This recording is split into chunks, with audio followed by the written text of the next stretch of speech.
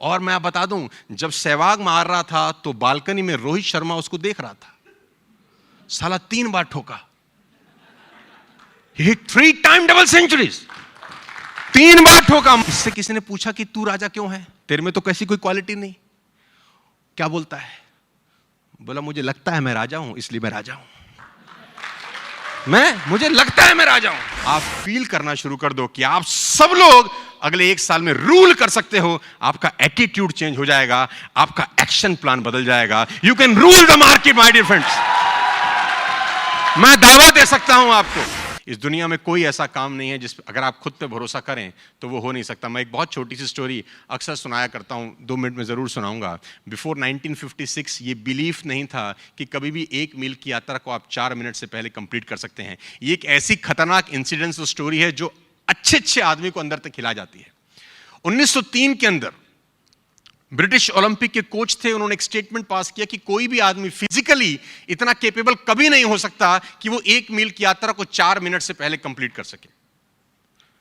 1 मील की यात्रा 4 मिनट से पहले हो ही नहीं सकती, फिजिकली आदमी इतना कैपेबल नहीं है।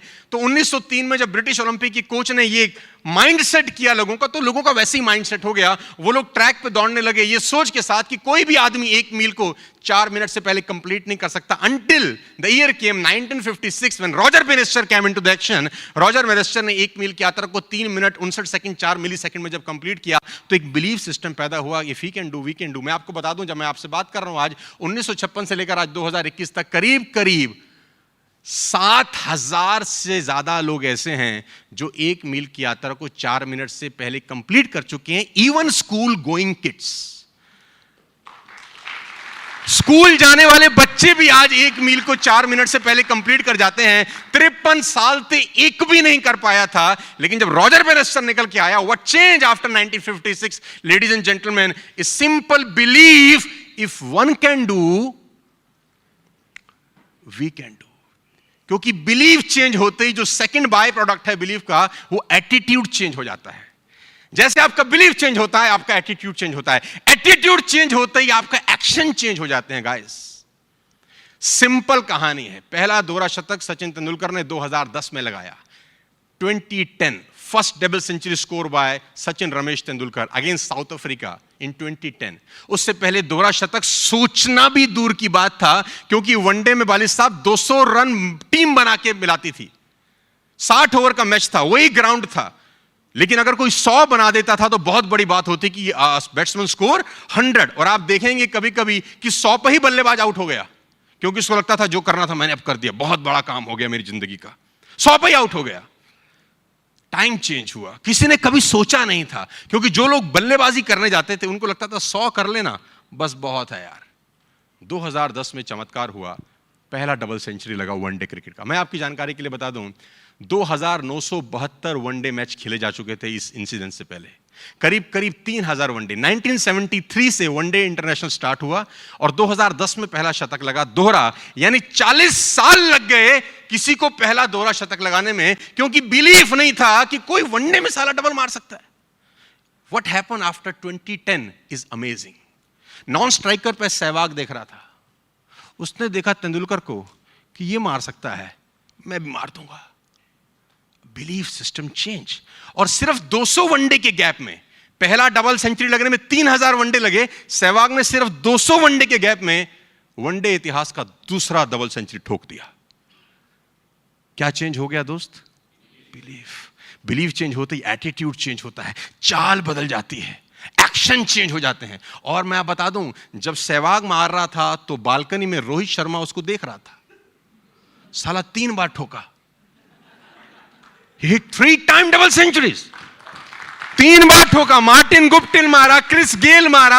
आज करीब 12 लोग डबल सेंचुरी ठोक चुके हैं, लेकिन 2010 से पहले नॉट इवन वंस। Why? उनको लगता था नहीं मार सकते। ऐसा नहीं कि मार नहीं सकते थे, उनको लगता था। लेकिन जब तेंदुलकर ने मारा तो सबके राडार खड़े हो गए, इफ ही कैन डू।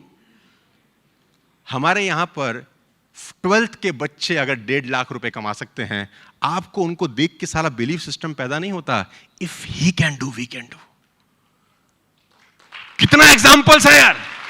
और सारा का सारा खेल बिलीफ सिस्टम का है। मैं आपको फिर बताता हूं my dear friends, ladies and gentleman, कि इस जंगल का सबसे बड़ा जानवर कभी भी शेर होता ही नहीं है। सबसे बड़ा जानवर कौन होता है? लंबाई में जिराफ, राइट? बड़े में शायद हाथी। सबसे फुर्तीला कौन होता है? चीता। सबसे क्लेवर कौन होता है? लेकिन साला इनमें से कोई राजा नहीं होता ना, तो ये क्वालिटीज चाहिए ही नहीं ना रूल करने के लिए। राजा कौन होता है? उसमें ऐसी कोई क्वालिटी नहीं है, ना ऊंचा है, ना भारी है, ना फुर्तीला है, ना क्लेवर है। उसमें एक आदत है जो किसी में नहीं है, उसमें एक अदा है जो किसी में नहीं है, उसमें क्वालिटी है जो किसी में नहीं है। इसका साले का बिलीफ सिस्टम बड़ा गजब है। इससे किसी ने पूछा कि तू राजा क्यों है, तेरे में तो कैसी कोई क्वालिटी नहीं। क्या बोलता है? बोला मुझे लगता है मैं राजा हूं, इसलिए मैं राजा हूं। मुझे लगता है मैं राजा हूं।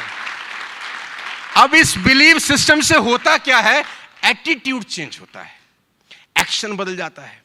हाथी ने शेर को देखा, शेर ने हाथी को देखा, एनकाउंटर हुआ, आंखों का आमना सामना हुआ। अब हाथी ताकतवर है कि शेर? कॉमन सेंस देखो, हाथी ताकतवर है। अगर वो पैर डाल दे तो मुझे लगता नहीं शेर कभी खड़ा हो सकता है। वो सूंड में लपेट के फेंक दे तो शेर हमसे 100 फुट दूर जाए। लेकिन हाथी को ऐसा लगता ही नहीं। जब दोनों आमने सामने देखते हैं तो हाथी के दिमाग में शेर को देखते ही आता है, ईटर, ये खाएगा। उसके थॉट प्रोसेस में क्या रहता है? खाएगा। अब शेर ने जैसे हाथी को देखा, उसके थॉट में भी आता है लंच, मैं इसको खा सकता हूं। तो जो जैसा सोचता है वैसा ही एक्ट करता है।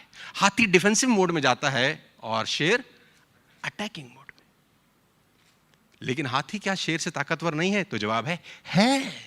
लेकिन वो वैसा फील करता है। लेडीज एंड जेंटलमैन, आप फील करना शुरू कर दो कि आप सब लोग अगले 1 साल में रूल कर सकते हो। आपका एटीट्यूड चेंज हो जाएगा, आपका एक्शन प्लान बदल जाएगा। You can rule the market my dear friends.